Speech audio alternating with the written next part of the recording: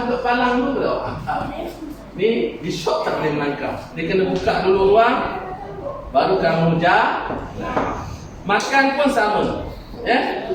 Cuma cikgu tadi, cikgu belakang balik, palm tak boleh mengundur. Ya. Itu salah. Kalau kamu buat macam itu, nanti boleh dikenakan amaran. Okey, seterusnya ni.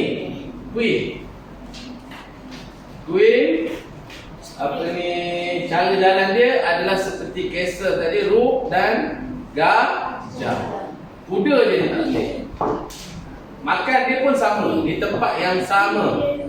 Dan dia pun tak boleh melangkah. Ya, dalam permainan nanti kamu boleh ambil sampai 8-9 pun boleh. Dalam permainan. Dan buah yang sangat penting yang terakhir, king. King hanya boleh jalan setapak saja. Dan dia boleh mengundur. Biasa dia pada palm, dia boleh mengundur. Setapak sahaja. Apa boleh jalan? Setapak sahaja. Satu tapak. Maknanya dia tak boleh. Tak boleh kamu tipu main buat jalan macam tu. Itu satu kesalahan. Nanti ada ambil itu bertukar, kamu boleh dibatalkan.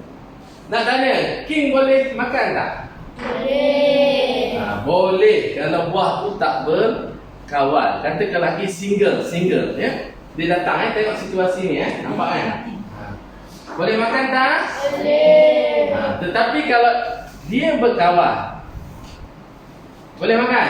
Boleh. Tak boleh. Dia tak macam buah lain. Kalau katakanlah buah lain kamu rasa ni rugi lah, tapi kalau kamu nak makan juga, dia tetap boleh. Kalau kuih. Tetapi kalau buah king, dia tak boleh. Dia akan kalah sebab dia kena mengundur. Bila cek berkawan macam ni, kena mengundur ataupun lari. Itu kena ingat hukum buah